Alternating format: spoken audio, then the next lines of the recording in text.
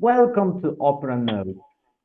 Today we have with us Joāo MacDowell, who is the artistic director of the International Brazilian Opera Company. He is based in Brasilia, in the capital city of Brazil.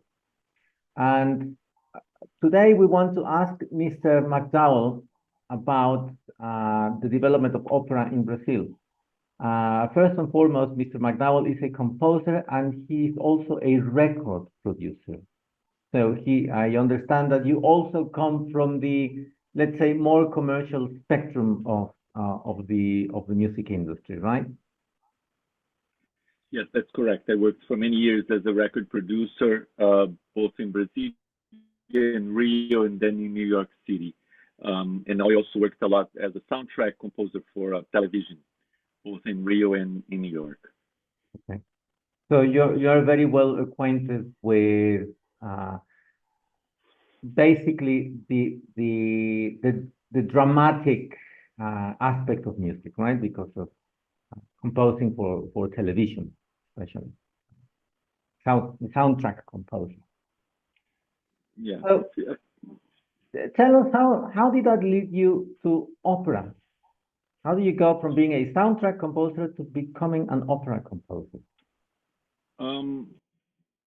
When I was in college, in the 80s, it was the classical music composition world was very influenced by the by 12-tone technique, 8-tonelism. You know, you couldn't really write a 5/1 progression and get away with it. You know, you would be criticized.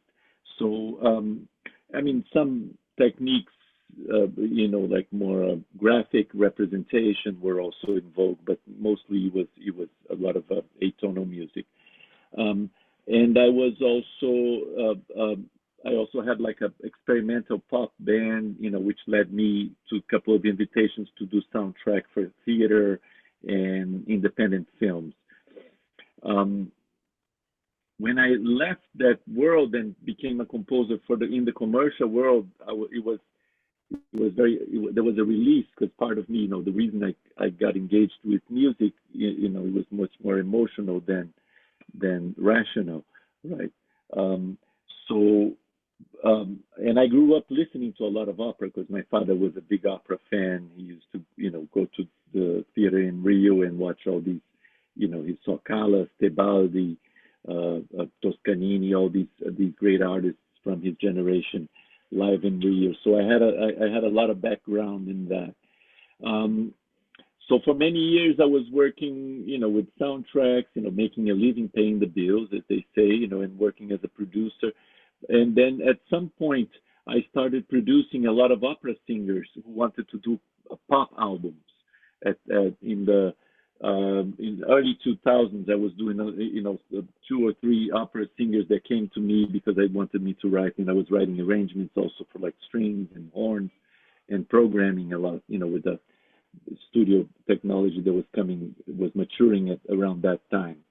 And there was a moment in 2002 when I was in Pennsylvania waiting for my working visa to be able to stay in the U.S. So, and I cut my finger. I had like 5 stitches on my fingers, and I had my first experience with the United Statian hospital system. And I couldn't go back home because I was waiting for my papers. I had to wait for them in the U.S., and I couldn't work as a guitar player. You know, which was my main work at the time. I was teaching guitar and performing bossa nova and my own compositions as a songwriter. So I couldn't do that for almost 2 months. I started teaching maybe on the middle of the second month. I started teaching again, you know, but for a while I couldn't play. It was like really impossible. It was very, very painful. So what I started doing is, you know, I was stuck there. I was living on a very low budget, and I started writing. I had met the conductor of the Philadelphia Symphonic Orchestra, who had, you know, asked me if I had, you know, I thought, what do you do? I'm a composer. Oh, send me your music. And I was like thinking about what could I send to this man, because I hadn't written proper classical music in a long time. So I started doing this, writing instrumental pieces, and had some influence, both of the minimalism, which I thought that opened a path inside of classical music that seemed very fresh, more, was also exposed to like new complexity. And I was also bringing in a lot of elements from Brazilian popular music, which I had worked with. And then I started writing these instrumental pieces. And I was in New York visiting some friends, and I showed like some electronic demos of these instrumentals, and this producer said, "Oh, it's an opera. It sounds like it's an opera," and I said, "Yes, it's an opera," and then and then I kind of went with it.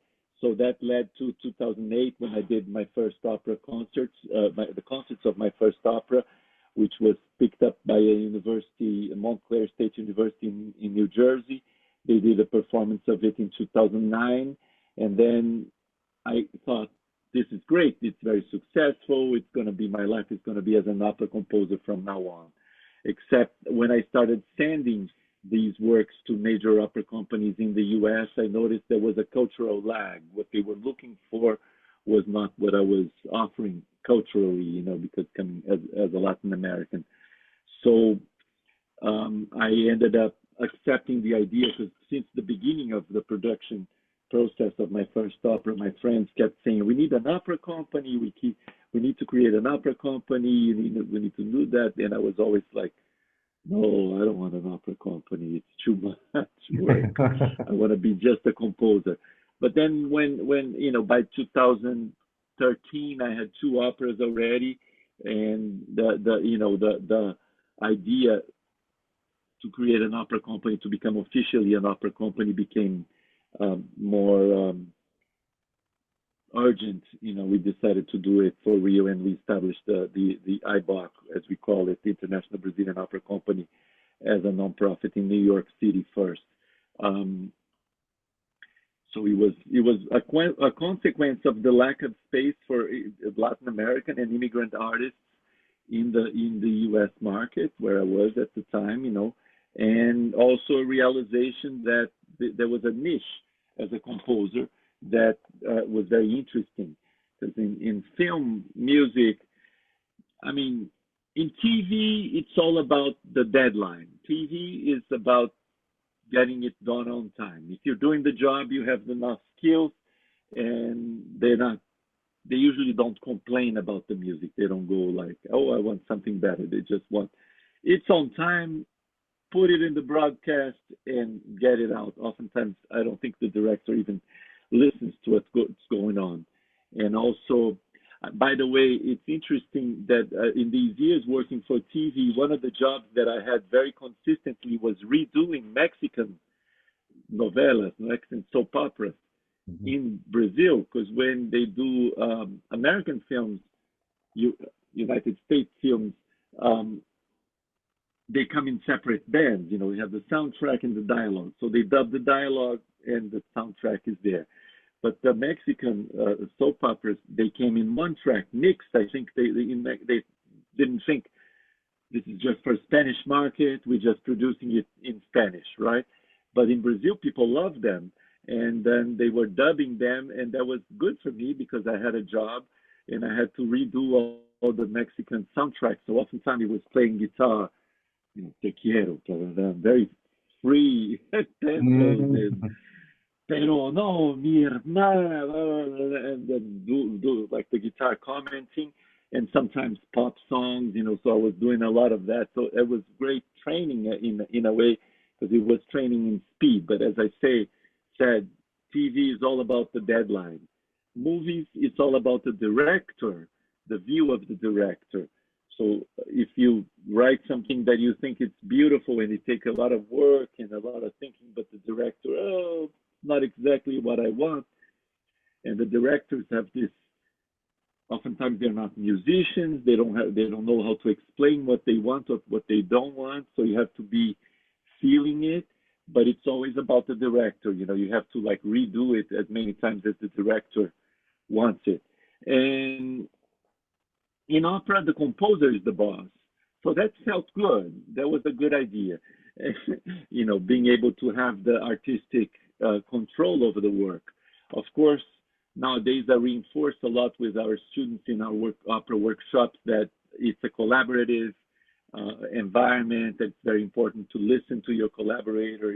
If your singer thinks it's too many high notes, or if your director thinks it's too long, you should listen to it because it's really a work that's done by a bunch of people. It's not an individual work that you produce like a novel that you write by yourself. You really need to be working in collaboration. So that said, it felt like a good thing to do. The repertoire was very old. A lot of, most of the repertoire still today, even though a lot of opera companies have been investing in new music, new compositions, most of what's done is still music that's 100-year-old music. And imagine if you were to open a car industry and you were selling a model that was designed in the 1800s, nobody would buy it. But in classical music, that still persists. But I think that's a great moment of opportunity for composers because there's a need for new opera, and these opera theaters are the best theaters. If you go to New York, the opera theaters are much better than the Broadway theaters. When you talk about Broadway, you have about, in a big opera Broadway production, you have like 12 musicians in the pit. When you go to the Metropolitan, you have like 60, 90 musicians in the orchestra. It's a bigger and better structure in many ways, and better orchestras. The orchestra from the Metropolitan Opera is a better orchestra than the New York Philharmonic because they get better salaries. So I felt it was a very good opportunity, and since I grew up listening to this, sometimes against my will, because my father would play it in the living room very loud, and as a teenager, that sometimes I was like, "Oh, please, not not opera." But I learned it by ear, by listening a lot, and I had the language, so it felt like it was an opportunity to pursue. And there was a group around me of performers. There was a need, a lot of black singers, also Hispanic and black singers who were happy to have the opportunity to sing. And when we talk about Brazilian opera, they understand that it's a mixed culture kind of thing. And at the time before George Floyd, I mean, there was very few opportunities for the black singers, and we're Harlem-based opera company, so that also was a big incentive. Okay. Now, one of your most successful pieces is an adaptation of an Ingmar Bergman film, right? So, Yes. how did that come about? And I'm thinking about another film, another opera that came from adapting a film libretto that was produced here not very long ago. I'm talking about Thomas Addis's The Exterminating Angel, right? And now Mark Anthony Turnich's The Banquet, Festen, right, which is based on the Danish film of the same title. So tell us about how did this come to be? Because how this came to be, sorry, because in the past, well, operas would be based on novels or theater plays, but now that film is there, I think the opera world has come really too late to adapt film or successful film scripts to opera. So how did you come to write this adaptation of a film by Ingmar Bergman? Yeah, it makes sense that we would be using film, these days because the theater plays that become successful in the screen. I mean, we used to talk about um, um, films as screenplays. So it was they also it's an interesting dialogue because early Hollywood soundtrack was very inspired in opera. They took a lot of people who had training in opera to do soundtracks. So I think it's a way that the arts communicate that's very natural, very organic. What happened was I wrote my third opera and I was looking for a title for it. And it was about three sisters. When I wrote my first opera was Tamanduá, was very based on Brazilian rhythms and a lot of my experience as a songwriter at the same time when I was working as a soundtrack composer, I was also doing a lot of work as a songwriter, and I was inspired by the bossa nova tradition, something that felt sophisticated but also approachable and beautiful and interesting. So I was hoping to find a path in that Brazilian songwriter tradition, and I did I did a few albums as a songwriter. And in my first opera, I used a lot of those songs that I had, some songs that I had not recorded yet, and I kind of figured a way to have them inside of the opera, right? But it was very based on Brazilian rhythms. It was very popular. It was like a hybrid musical theater opera experiment. But I felt that people were not picking it up. Part of it felt, oh, maybe they think he's like this songwriter, this mariachi guy who wrote one opera and is not really trained classical composer. So my second opera, I did two things. I did a very small opera. It was a monodrama for a single solo, mezzo soprano, virtuoso, a singer. Need someone who's a very, very accomplished. And also, I started using a lot of like polytonal techniques. It was a little bit of Stravinsky meet pop art, as one critic said. So you had like more of like, listen, I'm trained classical composer. I'm not just someone who picked up the guitar and started writing songs and did some orchestration. I did that as a choice, as an artistic choice. But my second opera, I showed a lot more of my training in classical composition. Maybe a little too much, you can get, very busy. There was Plastic Flowers, and it's my most performed piece so far. It was done in the Czech Republic last year. It's been, there's a Spanish version that exists that was supposed to be done in Buenos Aires in 2020, but except the pandemic came, it hasn't been happened, but it's been done in Portuguese and English also in Brazil and in the US. And it's one woman show, so it's easy to produce. That's the reason it's more produced. So in my third opera, first opera was big. Second opera, I learned I wrote something very small. It gets produced. Third opera, I wrote something for a trio. It was a story of three sisters. One of them is going to die. It had to do with my family history. I wanted to process it. And instead of just making one boy and two girls, I made them three girls because I wanted to have like this trio. It's a powerful thing, if you think of Wagner's Rhine Maiden, there's a whole tradition of, and then, the Supremes, like in the 70s, like the tradition of female vocal ensembles. I wanted to do that in an opera format. Three Sisters felt like a good way of doing it.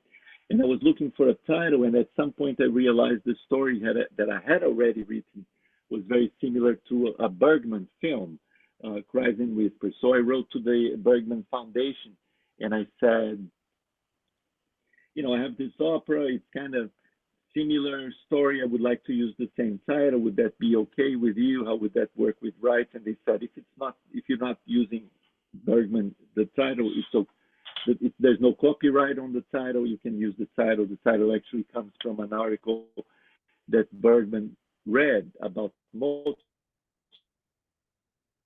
The whole thing kind of seemed to make sense. So I titled the opera Cries and Whispers. And then they said, in the same letter, they said there's also a residency, an artistic residency at Ingmar Bergman's home, and you should apply for it. You should consider applying for it. And I went online and I applied, and there was, I got the scholarship.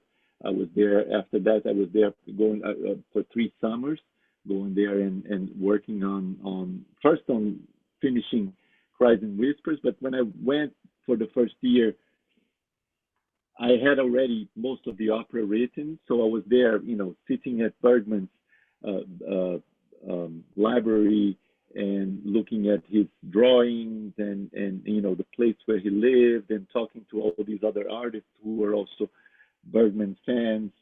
And the idea of writing another opera that was more like based on Bergman for real with Bergman script came up, and I proposed that to the Bergman Foundation, and they accepted it. So we had a contract, for the use of the text, and then I started working with a Swedish dramaturg, Mr. Bengt Glomer, who's also married to Nina Stemme, who's a big star soprano, Yeah. and so we worked a lot on reducing this original script.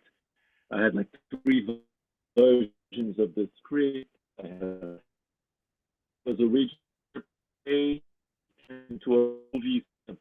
The version was a theater play. Second version was the script.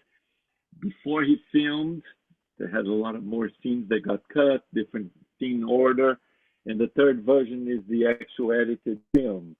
And then he produced another version that was the opera script. So I had to unedit some of because in the film sometimes you could cut from scene, cut from this scene, go back to that scene, different characters in different places.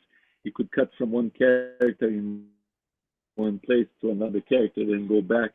In the opera, I consolidated, so I made like a big scene for this character, then another big scene for that character, and then they meet, and then there's a scene where they go together.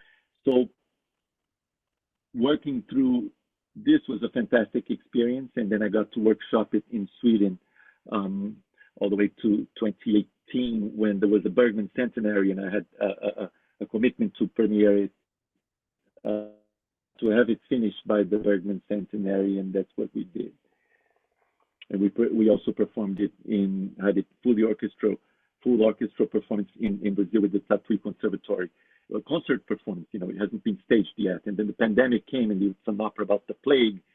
So now there seems to be some people who begin to get interested in it again. But during the COVID pandemic, I felt like nobody would produce this because of, who wants to talk about the plague during the, after Okay. Yeah, I wanted to. After that, I wanted to write something that would be more optimistic or about flying or something, not so much about death.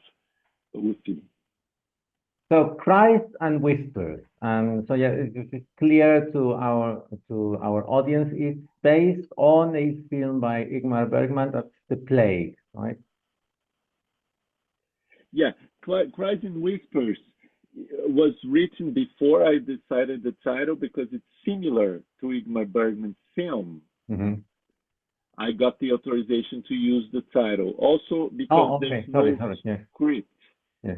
There's no script. This is a film that Bergman did in an experimental way. He did not write a script. He let the actors improvise. He wrote the general guidelines, like a short story with no dialogue. And he let the actors you're going to be this character. He just gave them general directions, and he let them just do it, So that was good for me because it also matched the way I had written the opera, because the opera is not, is about 3 sisters who the Brazilian mother who are like negotiating with death, and one of them is, but the similarity is that one of them is dying, from cancer, and same thing in Ingmar Bergman's play. And I thought Cries and Whispers is a good title for an opera. Cries and Whispers, it's an opera, So, but it's just inspired by Bergman in a very light way. Now, the Seventh Seal, it's mostly Bergman's text.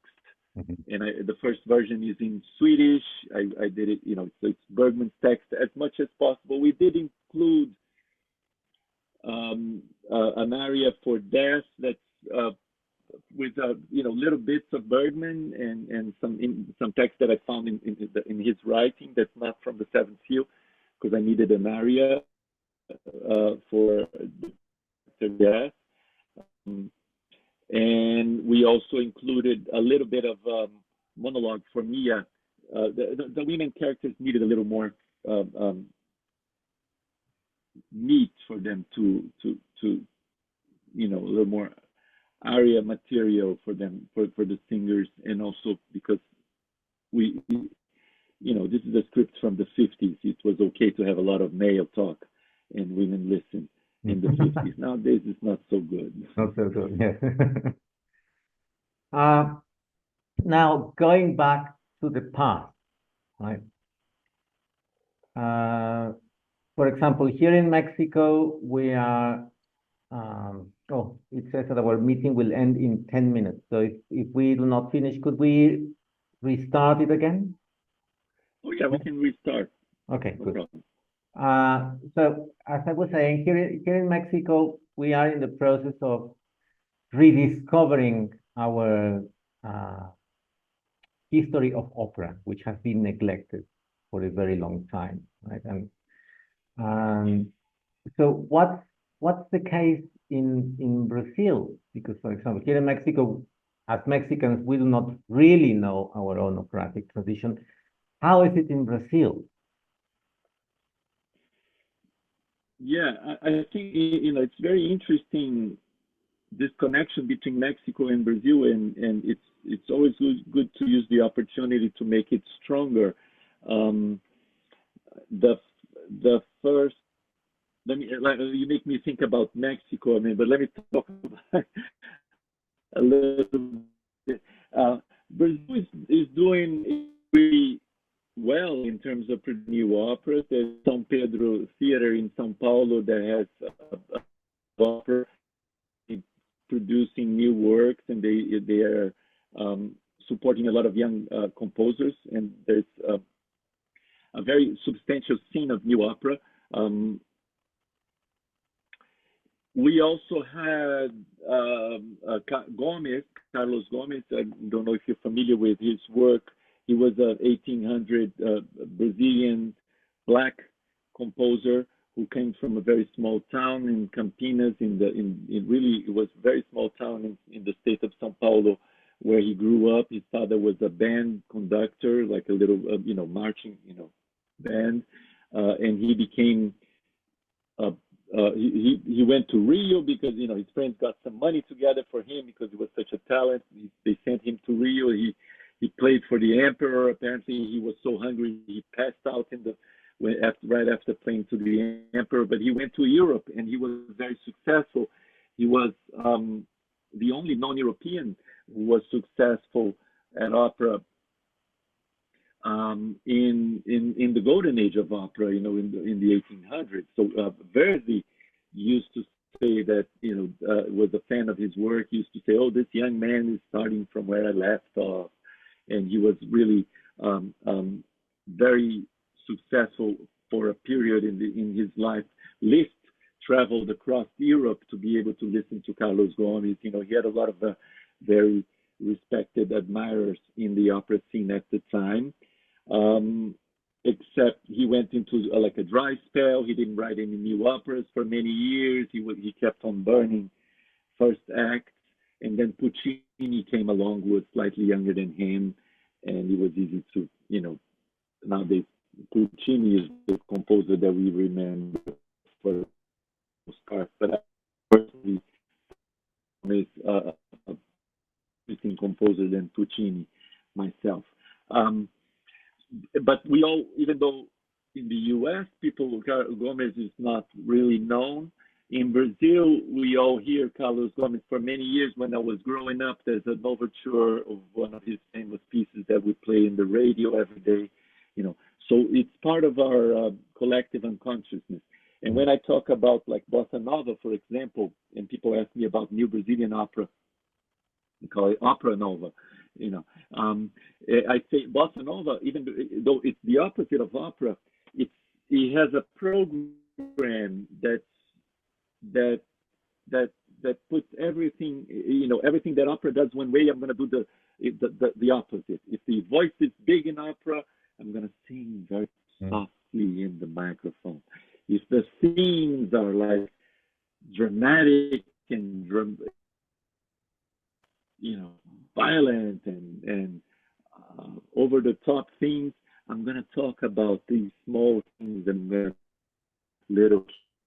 I'm going to talk about objects and reality and very, it's this poetry that's very based on everyday little events. So everything in bossa nova and if the orchestration in opera is big, I'm going to use like this chamber orchestration, but it still pays tribute to classical music. There's a lot of Debussy in bossa nova and Chopin for sure.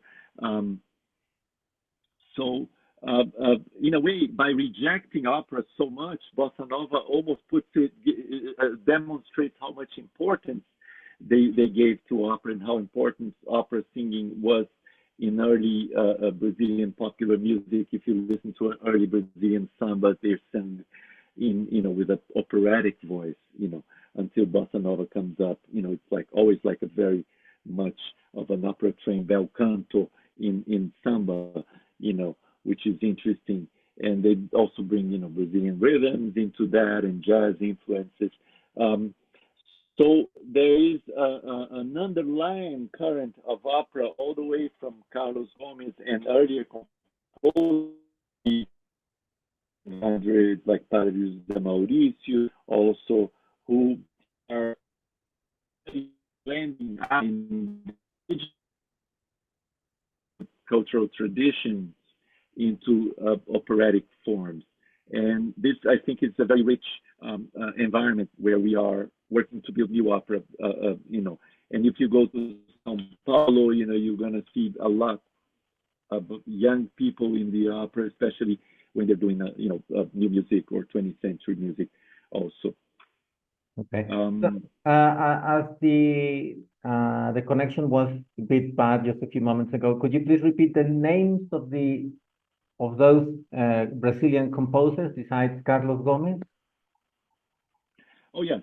Oh, nowadays we have some amazing composers like Martinelli and Ripper, João Carlos Ripper. There's quite a few. And I'm also working with a fantastic new composer now, Sombrio da Silva, who's been a student of mine and who's doing a fantastic work for new opera. So there's quite a few composers working in new opera in Brazil now that I think that deserve to be played and deserve more attention in the international realm. And in Mexico too, the first was produced at the Metropolitan Opera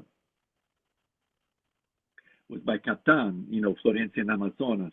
And it's very interesting. I had one of my pieces from the Seventh Seal performed in a parallel recital during the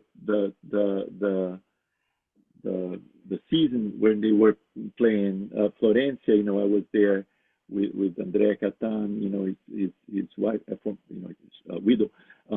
And it's very interesting because it's a Mexican opera based on a Colombian novel in Brazil, in Manaus, like a singer who's going to Manaus Opera House, So it's a story. It's an opera that unites a lot of Latin American culture into a single work. So, and I was very honored to be in this recital, promoted by the Metropolitan Opera with where they played one scene from Florencia and with the Metropolitan Opera singers, and they also did an aria from my Seventh Seal. So I think this connection, this Latin American connection, has a lot of potential. I see, of course, I'm Latin American, so I'm biased. In the U.S., the Black opera is also fantastic. There's a lot of African American composers who are doing fantastic work. It's just the ones who are trying to emulate the European tradition, I don't think, in my perspective, are as interesting as what, when we bring in the Latin American contribution, it's got this element of mixing cultures already that is very contemporary, in the sense that we have access to a lot of cultures today through through the internet, and through the way the culture has become so globalized. So I think we have a great starting point in terms of creating a new culture of opera for the 21st century, in terms of a cultural environment. And these opera companies, they need it also, because they need to put new repertoire. They need, if you just stick, the old composer, the dead composer lives in the living composer.